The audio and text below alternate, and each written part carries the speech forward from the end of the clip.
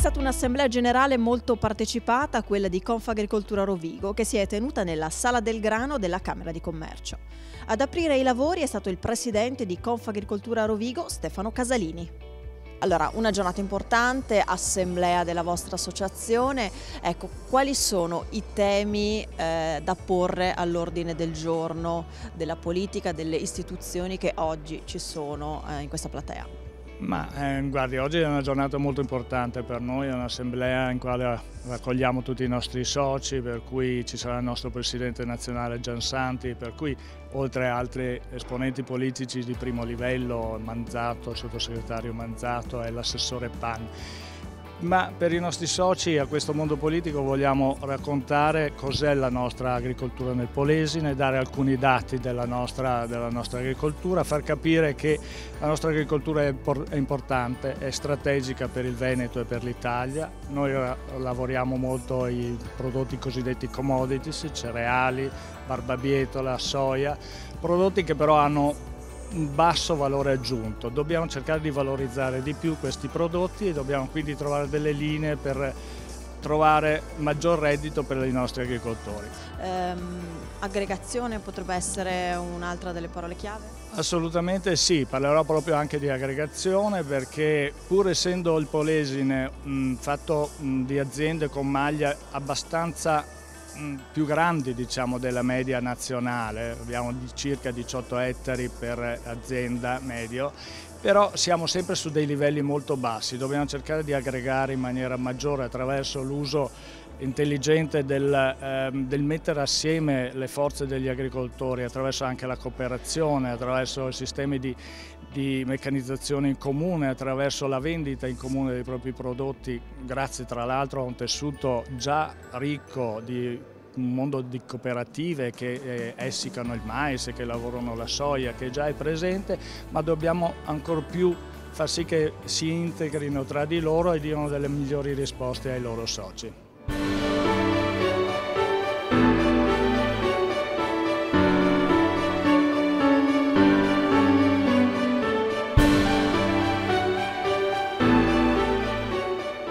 L'agricoltura polesana è caratterizzata da circa 5.000 aziende agricole che coltivano soprattutto cereali. Come valorizzare queste commodities? Qual è la soluzione, diciamo, la proposta di Confagricoltura Veneto? Innanzitutto è appena uscito anche il rapporto della Regione Veneto di Veneto Agricoltura, dicendo che l'anno 2018 è stato un anno piuttosto positivo. Se poi andiamo a leggere bene i dati, vi è un settore che sta trainando un po' l'agricoltura veneta, che è il settore vitivinicolo. È aumentata la superficie, è aumentato anche quello che sono le esportazioni del vino veneto. Quello che, vedendo questa filiera, si vede come è molto importante riuscire a trasformare il prodotto, arrivare a un prodotto finito e poi andare anche all'estero. Qui oggi siamo in una provincia, siamo la provincia di Rovigo, dove ad esempio è molto diffuso non il vigneto, bensì la cerealicoltura, la medicoltura, per cui un prodotto, come ha detto lei, che è una commodity. Penso che innanzitutto per essere competitivi su questi prodotti bisogna avere prodotti che abbiano anche delle rese buone, costi di produzione più bassi possibile e poi cercare anche di valorizzarlo con un prodotto che si integra in una filiera, per cui è sempre più importante avere un controllo della filiera e soprattutto del processo produttivo e di arrivare sui mercati. Altra coltura identitaria del territorio polesano è quella della barbabietola. La Regione Veneto ha messo a disposizione un budget importante di risorse a sostegno del comparto. Cosa farà la Regione Veneto proprio su questo settore della bietola?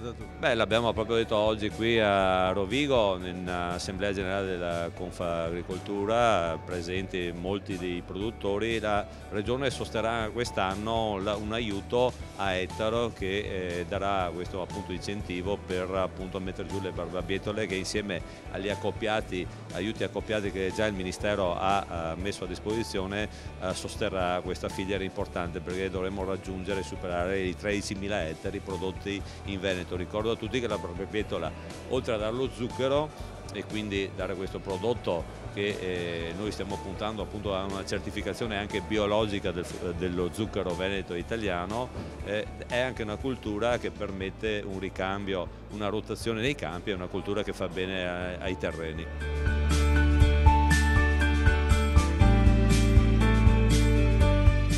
L'Italia per la sua conformazione non può fare grandi produzioni. Come possiamo affrontare allora il mercato? Ma secondo me la qualità, noi siamo un'eccellenza a livello mondiale in termini di qualità di prodotto, quantitativamente invece siamo niente rispetto alle grandi continenti mondiali, quindi dobbiamo puntare sulla quantità, sulla qualità, aumentare il rango e anche il posizionamento delle nostre produzioni a livello europeo, perché il nostro valore aggiunto e il reddito delle imprese passa dalla qualità. Gli agricoltori possono creare una rete. Sì, con l'emendamento che ho posto in finanziaria oggi gli agricoltori possono vendere nella propria azienda fino alla non prevalenza della propria produzione prodotti di tutte le aziende agricole italiane in tutto il territorio italiano, quindi significa creare una rete importante di interscambio e è un'utilità non solamente per la vendita dei propri prodotti attraverso le altre aziende, ma anche un abbattimento dei costi per il consumatore e anche un reddito per le aziende. Confagricoltura ha fatto presente alcuni problemi sulla nuova PAC che non può essere uguale a est come a ovest. Questo è vero, dobbiamo capire esattamente tanto quali sono le strategie future, sicuramente riconosceremo tutto il dovuto alle regioni perché avranno una loro competenza e una loro storia da portare avanti, d'altro canto dovremo fare su alcuni settori delle strategie comuni quantitativamente importanti in termini finanziari, penso alle infrastrutture digitali, penso alla ricerca, penso anche al cambiamento del parco macchine, l'ammodernamento tecnologico e dei macchinari, perché per il sistema italiano sarà importante affrontare per essere competitivi rispetto a tutto il resto d'Europa.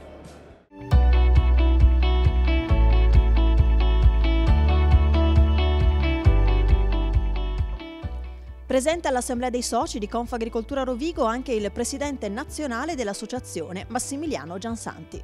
Un'occasione per fare un po' un bilancio di quelle che sono le tematiche più cogenti per l'agricoltura. Quali sono dal suo punto di vista? Beh, innanzitutto oggi l'agricoltura italiana ha bisogno di un piano strategico, abbiamo sempre più necessità di avere un'agricoltura italiana molto competitiva, i mercati globali ci aspettano e noi dobbiamo essere presenti in questi mercati. Continuare a parlare di politiche che sono volte esclusivamente a rincorrere le urgenze e le emergenze non servono più. Abbiamo bisogno veramente di un piano strategico forte che possa far crescere l'agricoltura, che possa avvicinarla ai grandi mercati, abbiamo bisogno di infrastrutture, abbiamo bisogno di innovazione, abbiamo bisogno di introdurre il digitale nell'agricoltura e soprattutto abbiamo bisogno di avere dalla parte politica una importante sensibilità su che cosa è oggi l'agricoltura. L'agricoltura oggi non è solamente la gestione del territorio, è produzione di cibo, è sostenibilità ambientale, è parte datoriale che dà lavoro nelle campagne e non solo. Ecco, io credo che ci voglia uno sforzo per capire qual è la capacità e la forza dell'agricoltura italiana.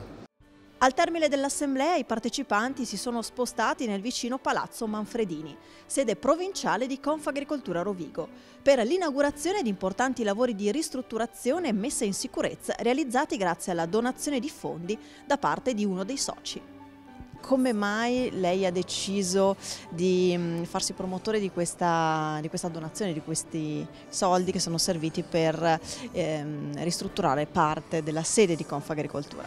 Ma vede, io sono molti anni che ormai, direi decenni, che seguo anche senza mio padre l'associazione agricoltori, pur se poi sono passato all'attività industriale perché ho sempre fatto altre cose anche in modo da essere sempre preso. Ecco, l'associazione è certamente una cosa importantissima, ma ha bisogno anche delle sue infrastrutture. Io poi ricordo una cosa bellissima, correva l'anno 1953, 2 anni dopo le alluvioni, e io da ragazzino ero a fianco di mio padre quando fu deciso di acquistare quell'immobile con i soldi dell'alluvione, del piano Brusasca che avevano dato, l'associazione aveva risparmiato dei quattrini, li aveva tenuti da parte e hanno fatto l'acquisto. Qui era un pezzetto che io spingevo per fare questo restauro, perché sapevo che c'era bisogno di avere la scala di sicurezza, gli ascensori.